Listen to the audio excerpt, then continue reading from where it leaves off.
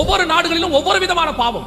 இப்ப ஐரோப்பாவுக்கு போயிட்டா இந்த மாதிரி, ஆப்பிரிக்காவுக்கு போயிட்டீங்கன்னா கள்ளோபதேசம், பிசாசை கொண்டு அற்புத அடையாளங்களை செய்தல், சகல விதமான அருவருப்பு அங்க வேற மாதிரி. இங்க வந்துட்டீங்கன்னா இங்க எல்லா விதமான காரியம் இருக்கு. சபைகளுக்குள்ள அரசியல், சபைகளுக்குள்ள சினிமா, சபைகளுக்குள்ளதான ஜாதி பெருமை, பதவி போட்டி, கத்தர் ஒவ்வொரு நாட்டுக்கும் ஒவ்வொன்னு இருக்கு. எப்படி அவனுக்கு ஹோமோசெக்சுவாலிட்டி தப்புன்னு தெரியலையோ, இவனுக்கு இங்க ஜாதியை பார்த்து சபை நடத்துறது தப்புனே தெரியல. இங்க சினிமா மாதிரி ஆடுறது தப்புனே தெரியல. இங்க அரசியல்வாதி மாதிரி பதவிக்கு போட்டி போட்டு சபையில போலீஸ் வந்து சமாதானம் பண்ணுது. அந்த அளவுக்கு சபை கொள்ளையர்களின் கூடாரமாய் மாறி இருக்கிறது. கவனிச்சு கொள்ளுங்க. சும்மா ஆண்டவர் சபையை மூடி போடல, அப்பத்தையும் ரசத்தையும் சும்மா நிறுத்தல. 2000 வருஷமா நடைபெற்றுக் கொண்டிருந்த ஒரு காரியத்தை கர்த்தர் நிறுத்துகிறார். யோசித்து பாருங்க. ஏதோ ஒரு சபையை நிறுத்தியிருந்தா பரவாயில்ல, உலகளாவிய எல்லா சபைகளிலும் கர்த்தர் நிறுத்தினார். காரணம் என்ன? கர்த்தர் அருவருக்கிற காரியம், கர்த்தர் விரும்பத்தகாத காரியம் சபைகளுக்குள்ள இருக்கிறது.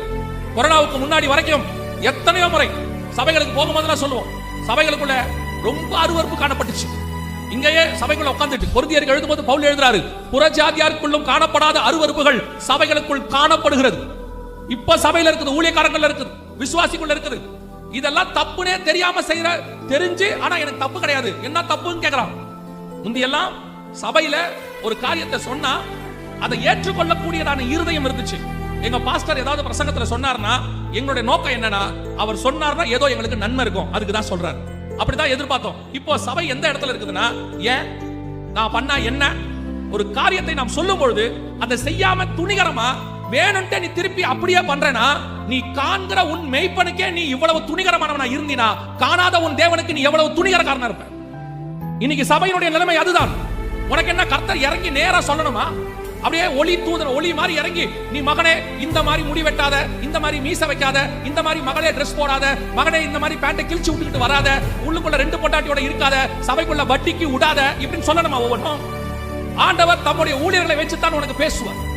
ஆனா இன்னைக்கு சபை எப்படி ஆயிடுச்சு? இதெல்லாம் சொல்லக்கூடாது, இத பத்தி கேட்க கூடாது. கேட்டா சபைக்கு கோபம் வருது. உடனே என்ன பண்றீங்க?